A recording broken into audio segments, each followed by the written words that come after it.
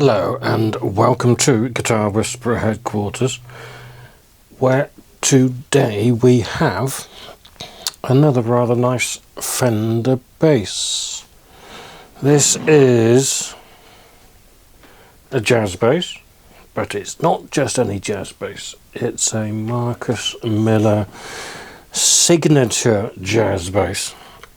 So it has lots of features that you wouldn't find on a normal jazz bass. Starting at the top, it's got a signature on there, which I'm assuming says Marcus Miller. He's got quite messy handwriting, so it's difficult to say. Bound neck, maple fingerboard, block inlays, all kind of very 70s accoutrements. On the back, we've got a 3-bolt neck plate with micro tilt adjustment, which is actually quite good. I know a lot of the 70s Fenders got slagged off for having crappy neck joints, but 3 bolts is fine as long as it's done properly, and the fact that you can adjust the neck pitch without using a shim is very handy. You can also see here batteries, and 2 of them, because this is an active bass. So we've got the 2 jazz bass pickups as normal, and then we've got 4 knobs in 2 different styles, and this incredibly tiny switch which controls active things. There's also, I think there was a ashtray cover going over this pickup at some point, because we've got the holes and the scratch plate where that would have been mounted. Obviously it's not there now. Badass Bass 2 bridge, which is very nice actually. This is the sort of go-to high mass replacement bridge that people used to use in the 70s, and they still make them now, and they're still very nice. Ash body, well, I think it's ash. Quite heavy this one, but I mean not back-breakingly so. And then to fit all these extra controls and bits, there is an extra bit on the scratch plate.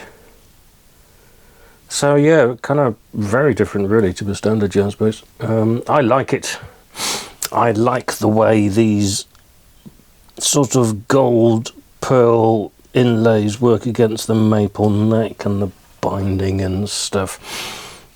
And the chunky bridge I like too. Not such a fan of all the knobs, but that's just me being old and cantankerous. And what it's in for is that it's crackling a lot to the point where you can't really play it. So what we'll have to do is slacken off the strings, or even take them off, get them to one side, because this is all one piece. Get the scratch plate off. We'll have a nose about inside, see if you can see anything that's obviously knackered. I'm guessing it's probably just the jack socket, because they wear out all the time, as you probably know. I looked up the other day, when was the 1/4-inch jack socket invented? And there is something like 1877. I'm not even joking. And we're still using them now. Discuss. This, I mean, there are better ways of plugging things into other things, but we're still using these, and they still go wrong all the time. Anyway, let's get the strings off, get all the screws off the scratch plate, and have a little dive inside. One slightly irritating thing about having this massive custom scratch plate is that you can't just pop off the silver bit at the end like you would on a normal jazz bass to get at the electronics, but them's the breaks. Screws are out. I slackened off the strings and I noticed while I was doing it that these tuners work backwards. Is that a thing? Well, it is a thing. Is it a signature thing? Who knows? Anyway, it confused me for a second. Mind you, that's not difficult. Alright, let's see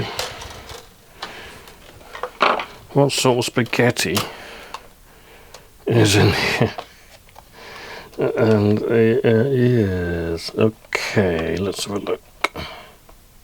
This is what we've got then. So, you may have noticed from my ranting in other videos about active basses that I don't really like active basses, and this is partially from the sound point of view and the ergonomics of actually playing the thing, and from a tech point of view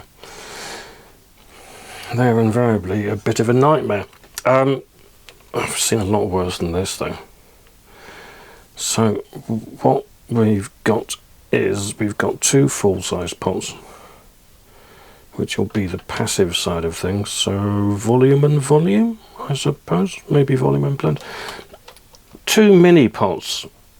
I don't know why those two are mini and not full-size, but they are, which are connected by this ribbon cable as opposed to discrete wires to this circuit board, which is covered in surface mount components, so you wouldn't be able to repair that if it went wrong. This is more than likely the bit that's given us trouble, so I mean, look at all this spaghetti. I'm not sure. There's like signs of splicing and things going on in here. Again, has somebody modified this at some point? Because there's enough spare wire to do a few more guitars in here. I don't know why, but there is. That's right. I think we'll just replace the jack socket first, and then if that doesn't work, we'll have to go deep diving. Some poking about with the multimeter later, and it's all wired a bit strange. I can see what they're trying to do, but it's a bit odd.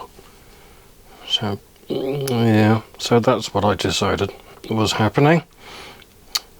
It's not very exciting. I won't bother explaining it. So I don't have one of the open chassis plugs, but I've got a bunch of these ones which are pretty similar to this, so we'll get one of those in and then see what's happening. He's the manager here, and he showed me around. Until you learn that each vulture has its absolutely... The poachers can kill dozens, sometimes even hundreds of birds in mile apart, close to the Mozambique border. Just to the conservationists. If we're going to save the vulture, we need every hill this big. Five of the cases are continuing. Done. Back together. Still works. Gave it a clean as well. And yeah, it's working now. Tested it all again once I got the scratch plate back on, just to be on the safe side. And yes, it's working. It's good. I like it, actually, to be honest. I said I would probably leave it permanently in the passive position if this was mine. But yeah, it's cool and funky, isn't it? Along with all the other nice Fender basses that have been through here recently. Yes, this one can go back to its owner now. He's got another one in the other room that he's dropped off for me, which I'm going to crack on with next. Thanks for watching though. See you for the next one.